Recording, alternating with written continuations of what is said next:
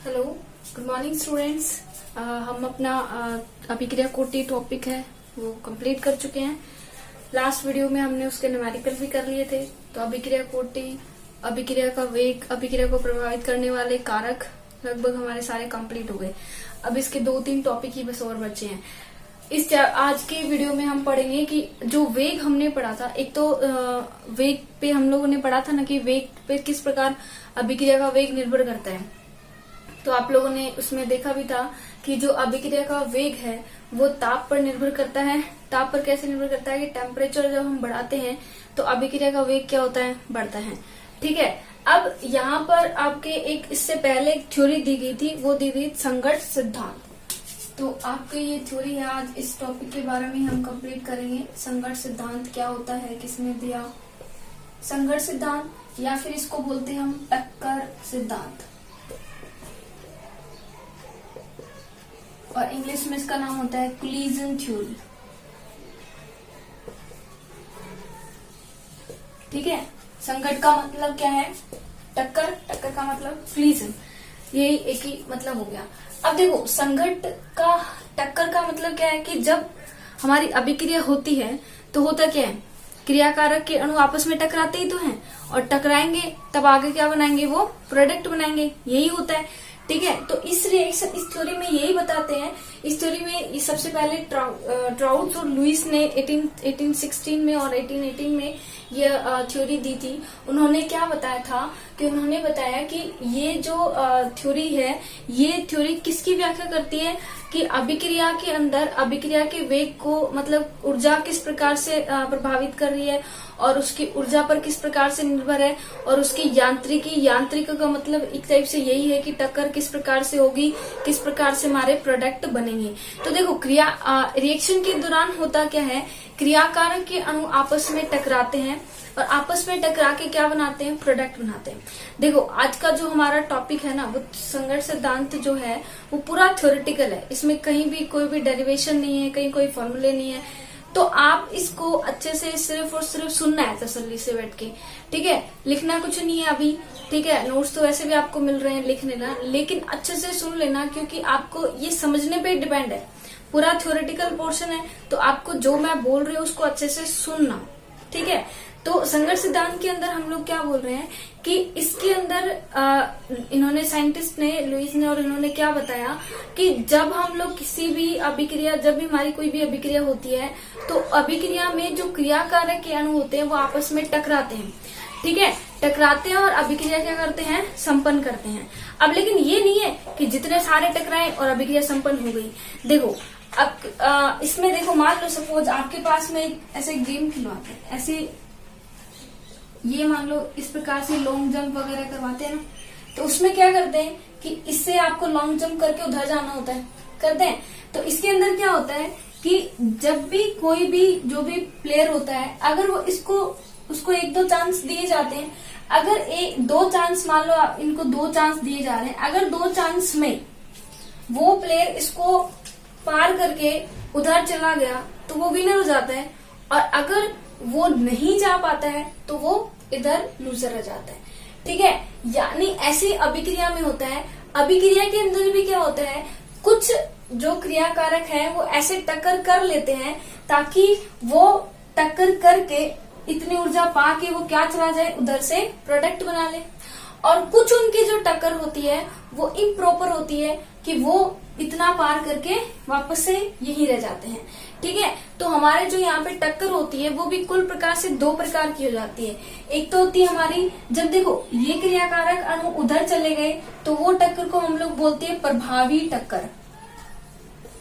ठीक है। और जब क्रियाकारक के अणु टकरा कर वापस से उधर न जाए, मतलब वो एनर्जी पार करके प्रोडक्ट नहीं बना सके, सीधे रिएक्टेंट में ही रह गए, तो वो हमारी कहलाती अप्रभावी टक्कर। ठीक है। तो अभिक्रिया के दौरान क्रियाकारक के अणुओं के मध्य, जैसे मान लो A और B है और C और D है, ये मिलकर कुछ प्रोडक्ट बना रहे हैं, तो होगा क्या कि यहाँ पर जो पुराने बॉन्ड हैं, A और B के बीच का जो पुराना बॉन्ड है वो ब्रेक होगा। ठीक है। ऐसे ही C और D के बीच में जो पुराना बॉन्ड है वो ब्रेक होगा और इन दोनों के बीच में नए बॉन्ड क्या होंगे, फॉर्मेट होंगे, यानी नए बॉन्ड बनेंगे। ठीक है, तो अभिक्रिया के दौरान होता क्या है, पुराने बॉन्ड टूटते हैं और नए बॉन्ड बनते हैं, यही होता है।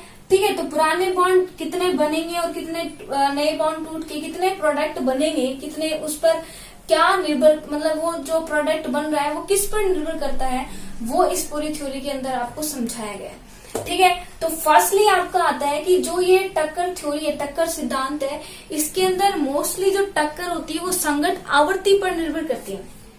देखो कि जो वेग होगा वो किस पर निर्भर करेगा, संगत आवर्ती पे, संगत आवर्ती पे। अब सोच रहे होंगे संगत आवर्ती क्या है।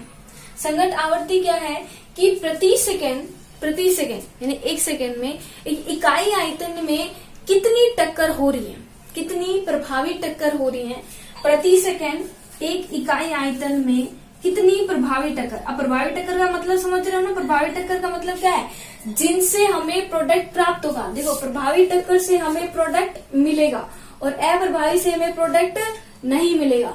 ये बात आपको अच्छे से समझनी कि प्रभावी टक्कर होगी तो इसमें प्रोडक्ट हमें प्राप्त होगा, लेकिन अप्रभावी टक्कर होगी उसमें हमें प्रोडक्ट प्राप्त नहीं होगा। ठीक है, तो वेग जो होगा वो संगत आवर्ती पर निर्भर करता है। अब संगत आवर्ती क्या चीज है, संगत आवर्ती क्या होती है कि प्रति सेकंड एक इकाई आयतन में जो क्रियाकारक के आपस में जो प्रभावी टक्कर हो रही है, ठीक है, उन टक्करों की संख्या कितनी है। क्योंकि देखो जितनी प्रभावी टक्कर ज्यादा होंगी उतना हमारा प्रोडक्ट क्या होगा, ज्यादा बनेगा। जितना प्रोडक्ट ज्यादा बनेगा अभिक्रिया का वेग क्या होगा, उतना ज्यादा होगा। ठीक है, तो जो संगत आवर्ती पर निर्भर करता है वेग, और संगत आवर्ती की डेफिनेशन मैंने आपको बता दी। संगत आवर्ती क्या होती है, प्रति सेकंड एक इकाई आयतन में होने वाली प्रभावी टक्करों की संख्या हमारी क्या कहलाती है, संगत आवर्ती कहलाती है। ठीक है, ये चीज समझ में आई कि संगत आवर्ती क्या होती है। ठीक है, अब हमने क्या बताया कि टक्कर भी कितने प्रकार की होती है, दो प्रकार की। एक हमारी कौन सी टक्कर हो गई, प्रभावी टक्कर, एक हमारी कौन सी टक्कर हो गई, अप्रभावी टक्कर। प्रभावी टक्कर का मतलब क्या होता है कि जब रिएक्टेंट्स टक्कर करके इतनी ऊर्जा उनमें रहे कि वो आगे क्या बना ले, प्रोडक्ट बना ले, तो वो क्या हो जाएगी, प्रभावी टक्कर। अप्रभावी टक्कर में हमने क्या बताया कि रिएक्टेंट्स क्या नहीं बना सकते हैं, टक्कर करके प्रोडक्ट नहीं बना सकते हैं। यानी ये जो टक्कर हो जाएगी क्या कहलाएगी, अप्रभावी टक्कर। अब सुनो, अप्रभावी टक्कर में हुआ क्या, रिएक्टेंट में कोलिजन तो हुआ ही है, रिएक्टेंट के अणु एक दूसरे से टकराए भी है, लेकिन वो प्रोडक्ट नहीं बना पा रहे। तो प्रोडक्ट नहीं बना पा रहे उसका रीजन क्या है, कुछ ना कुछ तो रीजन है कि वो प्रोडक्ट नहीं बना पा रहे। तो वहां पर क्या आता है, इस रिएक्शन में दो अवरोध उत्पन्न होते हैं। कि जो इस संगत सिद्धांत में दो अवरोध उत्पन्न होते हैं। पहला जो अवरोध होता है वो हमारा होता है ऊर्जा अवरोध, और दूसरा होता है हमारा अभिविन्यास अवरोध।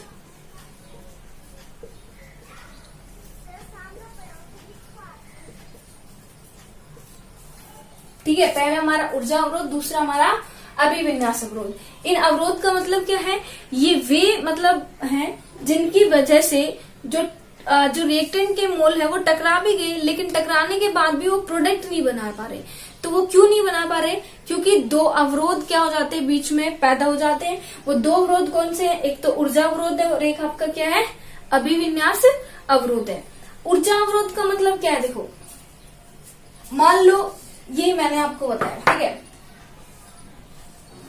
ठीक है, ये ऊर्जा किसी भी रिएक्शन को संपन्न होने के लिए मिनिमम कितनी ऊर्जा होनी चाहिए कि वो प्रोडक्ट बना ले। ये मैंने आपको जो पहले मैं आपको पढ़ा रही थी इसके अंदर सक्रिय ऊर्जा प्रभावित करने वाले कारक में, तब भी मैंने आपको बताया था। तो कौन सी ऊर्जा होती है, वो सक्रिय ऊर्जा। यानी कि अगर क्रियाकारकों के पास में क्या ऊर्जा होती है, सक्रिय ऊर्जा होती है। अगर सक्रिय ऊर्जा जितनी ऊर्जा अगर क्रियाकारकों के अणुओं के पास होती है तो क्रियाकारक के अणु इधर से क्या बना लेते हैं, प्रोडक्ट बना लेते हैं। ठीक है, अगर उनके पास सक्रिय ऊर्जा जितनी ऊर्जा नहीं हो पाती है टक्कर होने के बाद भी, तब क्या हो जाता है, वो वापस से रिएक्टेंट में ही बदल जाते हैं। ठीक है, तो सक्रिय ऊर्जा जितनी ऊर्जा होगी तभी आगे क्या बनाएगा, रिएक्टेंट प्रोडक्ट में बनाएगा। तो ऊर्जा अवरोध में हम लोग क्या लिखेंगे कि किसी भी रिएक्शन में अभिकारकों के टक्कर के पश्चात ये नहीं है जैसे मान लो ये ए अणु है, ये हमारा बी अणु है, हम लोग क्या करते हैं इसके अंदर इनको एक ठोस गोलों के रूप में मानते हैं। ये ए अणु है, ये बी अणु है, तो ये ए और बी अणु तो आपस में बॉन्डेड ही है, ठीक है। ऐसे ये सी अणु है और ये आपका डी अणु है, ये आपस में बॉन्डेड है।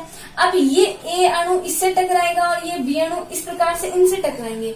तो टक्कर होने के बाद यानी ए अणु इस सी अणु से टकराने के बाद इनके पास सेकंड ऊर्जा जितनी ऊर्जा यानी वो मिनिमम ऊर्जा जिससे रिएक्टेंट क्या बना सके, प्रोडक्ट बना सके, उतनी ऊर्जा होनी चाहिए।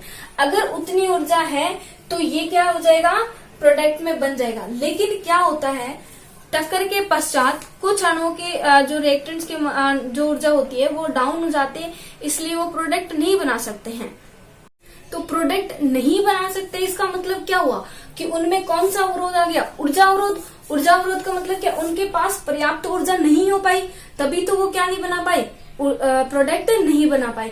तो एक तो हमारा ऊर्जा अवरोध हो गया कि रिएक्टेंट के पास में पर्याप्त मात्रा में ऊर्जा नहीं मिल पाती है जिससे वो प्रोडक्ट नहीं बनाते। दूसरा हमारा होता है अभिविन्यास अवरोधक। अभिविन्यास अवरोध का मतलब क्या है कि रिएक्टेंट्स को एक सही दिशा में भी वो क्या होना चाहिए, व्यवस्थित होना चाहिए। मान लो एक रिएक्टेंट हमारा इस प्रकार से है, ठीक है, और एक रिएक्टेंट हमारा इस प्रकार से है। अगर हम इनको ऐड कराएंगे तो ये ऐड नहीं होगा, जबकि अगर इन दोनों को ऐड कराएंगे तो इजीली ऐड हो जाएंगे। तो यहाँ पर तो रिएक्शन संपन्न नहीं होगी, यहाँ पर रिएक्शन संपन्न हो जाएगी। इसका मतलब अभिविन्यास का मतलब क्या है, एक व्यवस्था क्रम, ठीक है। अभिविन्यास का मतलब क्या है, व्यवस्थित कैसे है, ठीक है। तो वो भी क्या करता है, रिएक्शन होने पर निर्भर करता है। कैसे, देखो कि अभिविन्यास कैसे निर्भर करता है।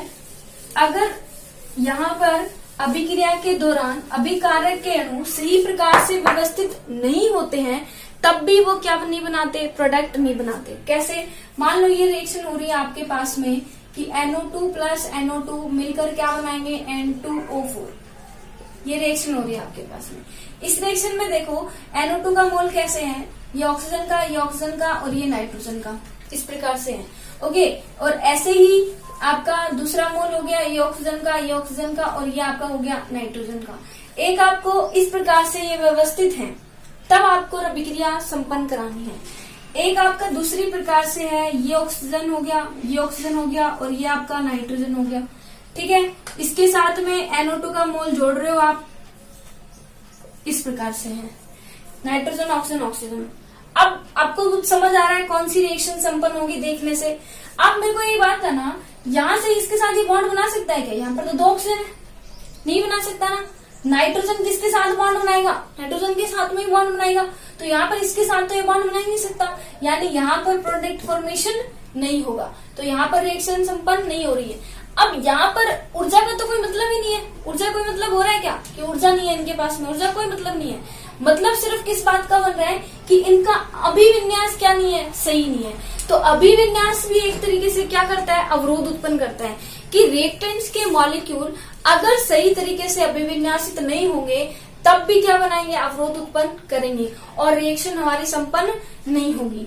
अगर इसी प्रकार से आप इसके अंदर देखते हो तो इसके अंदर देखो NO2 है, अब इधर इसके मोल का नाइट्रोजन और इसके मोल का दोनों का नाइट्रोजन क्या है, पास पास में है। अब पास पास में तो यहाँ पर रिएक्शन संपन्न हो जाएगी और ये नाइट्रोजन के साथ बॉन्ड बना लेगा, तो यहाँ पर आपका N2O4 का अणु प्राप्त हो जाएगा। कैसे प्राप्त होगा, यहाँ पर इस प्रकार से OONNOO NO2 N2O4 इस प्रकार से हमारा बन जाएगा। यानी अभिविन्यास भी मैटर करता है, अभिविन्यास भी निर्भर करता है। अभिविन्यास जब तक सही नहीं होगा तब तक भी रिएक्शन संपन्न नहीं हो पाएगी, ठीक है। तो एक तो हमने क्या पढ़ा इसके अंदर कि ऊर्जा अवरोध होता है, एक हमने इसके अंदर क्या पढ़ा, अभिविन्यास अवरोध होता है। तो आपको अवरोधकों के बारे में पूछा जाता है। अवरोध एक बार के एग्जाम में क्वेश्चन आया था, संघट्ट सिद्धांत में कौन से 2 अवरोध उत्पन्न होते हैं या अवरोध के नाम लिखो। तो अवरोधकों के नाम लिखो तब तो आप ऊर्जा अवरोध और अभिविन्यास अवरोध ही बता दोगे। और अगर पूछा जाए कि ऊर्जा अवरोध अभिविन्यास अवरोध किस प्रकार से, यानी या फिर बोल सकते हैं कि अवरोध किस प्रकार से अभिक्रिया के वेग को प्रभावित करते हैं, तो उसके अंदर आपको एक्सप्लेन भी करना होगा ऊर्जा अवरोध और अभिविन्यास अवरोध के बारे में। ऊर्जा अवरोध के बारे में आप लोग क्या लिखोगे कि अगर किसी अभिक्रिया के अंदर रिएक्टेंट्स के मोल जो है, अगर मान लो रिएक्टेंट्स के मोल टकराए भी, ठीक है। टकराने के बाद कुछ तो क्या होंगे कि वो प्रोडक्ट बना लेंगे, उनके पास तो पर्याप्त ऊर्जा हो गई। कुछ टकराने के बाद उनकी ऊर्जा जो थी वो डाउन हो गई, तो जो थी और वो चली गई, तो उसके बाद तो प्रोडक्ट में रिएक्टेंट संपन्न मतलब प्रोडक्ट बनाएगा ही नहीं। अब रिएक्टेंट प्रोडक्ट बनाएगा ही नहीं तो वो ऊर्जा एक तरीके से अवरोध का काम किया कि ऊर्जा की वजह से तो नहीं बन पा रहा, तो वो क्या हो जाएगा, ऊर्जा अवरोध। ठीक है, यानी कि अगर टक्कर के पश्चात रिएक्टेंट्स के अणु के पास में इतनी ऊर्जा ना रहे कि वो प्रोडक्ट बना ले, तो वो आपकी क्या कहलाती है, वो आपका अवरोध क्या कहलाता है, ऊर्जा अवरोध। अब देखो, वो जो मिनिमम ऊर्जा जिससे रिएक्टेंट के अणु प्रोडक्ट में चेंज होते हैं, वो मिनिमम ऊर्जा हमारी कहलाती है दहली ऊर्जा। ये आपको नोट्स में ये मिलेगा भी एक नाम, दहली ऊर्जा।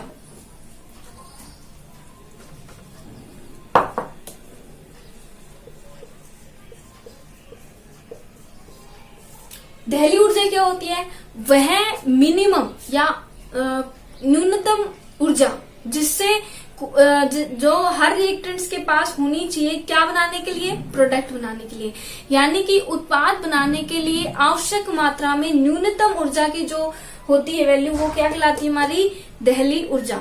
ठीक है, तो अगर दहली ऊर्जा नहीं होगी तो प्रोडक्ट नहीं बनेगा, तो वो क्या हो गया, आपका ऊर्जा अवरोध। ठीक है, संपन्न हुआ, ये ऊर्जा अवरोध क्लियर हुआ। उसके बाद दूसरा हमारा क्या हो गया, अभिविन्यास अवरोध। अभिविन्यास अवरोध के अंदर हम लोग क्या बोलेंगे कि अगर रिएक्टेंट्स के अणु सही प्रकार से व्यवस्थित नहीं है या उनके अणु सही दिशा में व्यवस्थित नहीं है तो भी अभिक्रिया संपन्न नहीं होती है। अभिक्रिया संपन्न नहीं होगी तो वो भी एक क्या हो गया, उसके लिए अवरोध हो गया। ठीक है, यहाँ पर ऊर्जा का कोई मैटर नहीं कर रहा, ऊर्जा तो मैटर कर ही नहीं रही है, लेकिन यहाँ पर ये भी क्या हो गया, एक अवरोध हो गया। तो ये आपका क्या हो गया, संगत सिद्धांत। तो संगत सिद्धांत के अनुसार वेग जो होगा वो दो कारकों पर निर्भर कर रहा है। वेग जो होता है हमारा किस कारक पर निर्भर कर रहा है, दो कारकों पर। वेग किस किस कारकों पर निर्भर कर रहा है, दो कारक कौन से होंगे, एक तो हमारा संगत आवर्ती पर। संगत आवर्ती हमने क्या बताई कि इकाई आयतन के अंदर प्रति सेकंड होने वाली प्रभावी टक्कर की संख्या, वो हमारी क्या कहलाएगी, संगत आवर्ती। तो एक तो ये करता है संगत आवर्ती पर निर्भर, यानी जितनी ज्यादा संगत आवर्ती होगी अभिक्रिया का वेग उतना ही क्या होगा, ज्यादा होगा। दूसरा किस पर निर्भर करेगा, ऊर्जा पर, यानी कि अगर अभिक्रिया के अंदर दहली ऊर्जा जितनी ऊर्जा होगी तो रिएक्टेंट्स के अणु प्रोडक्ट बनाएंगे, नहीं होगी तो नहीं बनाएंगे। तो ये आपका जो रिएक्शन संपन्न होने के लिए जो टक्कर के बेस पे जो सिद्धांत दिया गया था लुईस ने, वो ये आपका संगत सिद्धांत है। संगत सिद्धांत भी बोल सकते हैं, टक्कर सिद्धांत भी, और कोलिजन थ्योरी भी, वो इंग्लिश में नाम है। ओके, तो इसमें एनर्जी बैरियर, ओरिएंटेशन बैरियर, खैर ये नाम आपके इंग्लिश में नहीं आएंगे, और प्रभावी टक्कर, अप्रभावी टक्कर, आपके टर्म्स हैं ये सारे नोट्स के अंदर कि प्रभावी टक्कर क्या होती है, अप्रभावी टक्कर क्या होती है, वो सारी मैंने आपको समझा दी। प्रभावी टक्कर जिस टक्कर के बाद उत्पाद का निर्माण हो जाता है। अप्रभावी टक्कर अगर रिएक्टेंट्स के अणु टक्कर भी कर ली, ठीक है, टक्कर कर ली लेकिन ऊर्जा उनकी डाउन हो जाती है और प्रोडक्ट का फॉर्मेशन नहीं होता, तो वो क्या कहलाती है, अप्रभावी टक्कर। ठीक है, इतना संपन्न हुआ। अब हमारा टक्कर सिद्धांत क्या हो गया, कंप्लीट। इसके बाद देखो हमने रिएक्टेंट्स जो फैक्टर ऑफ एक्टिंग पढ़े थे, वेग को प्रभावित करने वाले जो कारक, उसमें हमने पढ़े थे ताप। मैंने आपको उस टाइम में बताया था कि चैप्टर में आगे मैं इसके बारे में डिटेल से बताऊंगी। ठीक है, तो ताप का क्या प्रभाव था, ताप का मैंने आपको बताया था कि तापमान का क्या प्रभाव होता है वेग पर। तो इसकी जो नेक्स्ट हेडिंग आपकी आती है वो यही आती है कि अभिक्रिया वेग की ताप पर निर्भरता।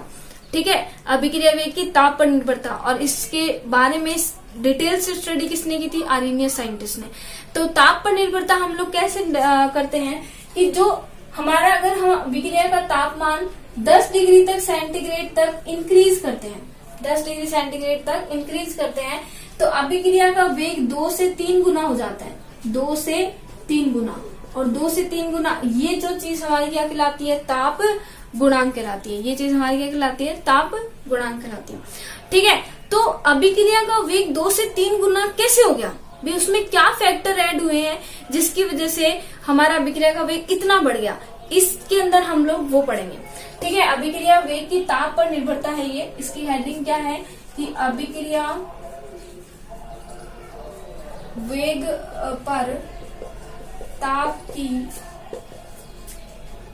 निर्भरता,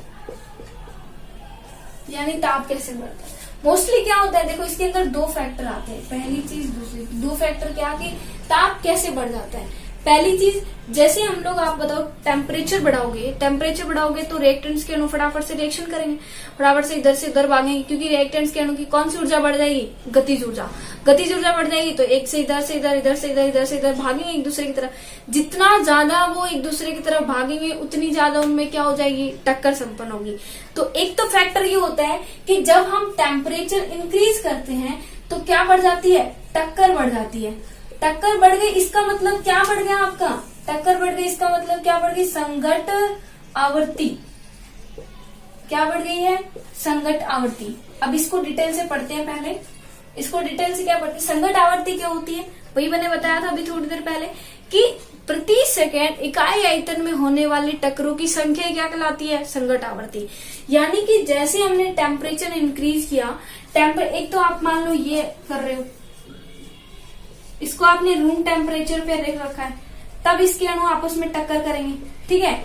एक आप क्या कर रहे हो, इसको नीचे से फ्लेम दे दी, ठीक है, टेम्परेचर दे दिया, अब इसके अणु की गतिज ऊर्जा बढ़ गई, तो टक्कर की संख्या भी क्या हो जाएगी, बढ़ जाएगी, एक दूसरे से जल्दी जल्दी टकराएंगे। जितना ज्यादा ये टकराएंगे और उतनी क्या होगी, प्रभावी टक्कर होंगी, क्योंकि ये प्रभावी टक्करों की संख्या यहाँ पर क्या हो जाएगी, बढ़ जाएगी। तो पहला तो हमारा फैक्टर क्या था, प्रभावी टक्करों की संख्या क्या होगी, बढ़ गई। टेम्परेचर से क्या इंक्रीज हो गया, प्रभावी टक्कर की ज्यादा टक्कर हो रही है और प्रभावी टक्कर की संख्या बढ़ जाएगी, तो क्या बढ़ जाएगी, संघट्ट आवृत्ति। और संघट्ट आवृत्ति अभी हमने पढ़ा था किस पर निर्भर कर रही है, डायरेक्टली समानुपाती किसकी होती है, वेग के। तो यानी कि जब संघट्ट आवृत्ति इंक्रीज हो जाएगी तो हमारा वेग भी क्या हो जाएगा, इंक्रीज हो जाएगा, ठीक है। तो जैसे ही हम लोग अभिक्रिया इसके अंदर तापमान बढ़ाते हैं तो प्रभावी टक्करों की संख्या क्या हो गई है, इंक्रीज हो गई है। प्रभावी टक्करों की संख्या इंक्रीज हो गई है, तो प्रभावी टक्करों की संख्या इंक्रीज हो गई है तो संघट्ट आवृत्ति क्या हो जाएगी, इंक्रीज हो जाएगी। और संघट्ट आवृत्ति इंक्रीज हो जाएगी तो हमारा जो वेग होगा वो भी क्या हो जाएगा, इंक्रीज हो जाएगा, ठीक है। हमारा जो फर्स्ट फैक्टर था वो कंप्लीट है कि फर्स्ट फैक्टर हमारा क्या हो गया कि संघट्ट आवृत्ति में हमारी क्या हो गई, वृद्धि हो गई। जैसे हमने टेम्परेचर बढ़ाया है तो संघट्ट आवृत्ति बढ़ गई, टक्करों की संख्या क्या हो गई है, इंक्रीज हो गई है। जब संघट्ट आवृत्ति बढ़ गई है तो हमारी अभिक्रिया का वेग क्या हो जाएगा, बढ़ जाएगा।